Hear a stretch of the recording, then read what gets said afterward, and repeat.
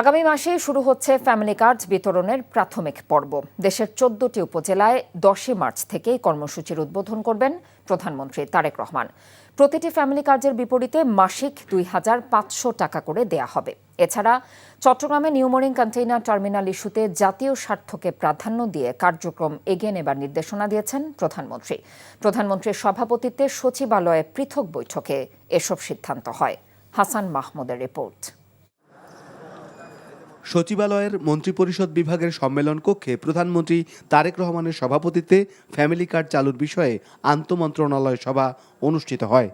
সভায় সিদ্ধান্ত হয় ঈদের পূর্বেই বিএনপির প্রতিশ্রুত ফ্যামিলি কার্ড বিতরণ কার্যক্রম স্বল্প পরিসরে শুরু হবে ১৪টি উপজেলায়।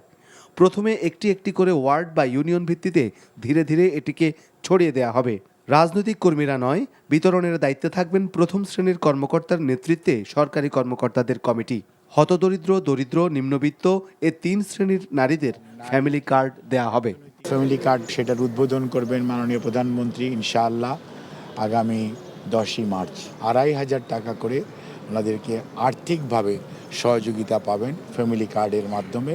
কোনো ধরনের ধর্মীয় ডিসক্রিমিনেশন কিছুই হবে না, কোনো দলীয় এবং কোনো ধরনের ইনভলভমেন্ট নাই। এখানে প্রোগ্রামটা রাজনৈতিক, কর্মসূচি বাস্তবায়ন করবে সরকার। অর্থ মন্ত্রণালয় থেকে থোক বরাদ্দ থেকে এটাকে অর্থ সংকুলনের বিষয়টা চিন্তা করা হয়েছে। পরবর্তীতে আগামী বছর থেকে এটা রেগুলার বাজেট থেকে এটা করা হবে। এর আগে প্রধানমন্ত্রী তারেক রহমানের সভাপতিত্বে দিনের শুরুতে দেশের প্রধান সমুদ্রবন্দর চট্টগ্রামের নিউমোরিং কন্টেইনার টার্মিনালের ব্যবস্থাপনা ও উন্নয়ন সংক্রান্ত একটি বিশেষ বৈঠক অনুষ্ঠিত হয়, যাতে দেশের স্বার্থকে প্রাধান্য দেওয়ার নির্দেশনা দেন তারেক রহমান। জাতীয় স্বার্থের পক্ষে যেদিকে যে সিদ্ধান্তটা নেওয়া দরকার সেই রকম করে সিদ্ধান্ত নেওয়ার জন্য উনি আমাদেরকে ডিরেক্টিভ দিয়েছেন। যদি জাতীয় স্বার্থ রক্ষা করে কোনো ধরনের চুক্তি করা সম্ভব হয়, শুধুমাত্র সেক্ষেত্রেই আমরা চুক্তিটা করব। এদিন প্রধানমন্ত্রীর সাথে সাক্ষাৎ করেন ৬ সিটি কর্পোরেশনের নবনিযুক্ত প্রশাসকরাও।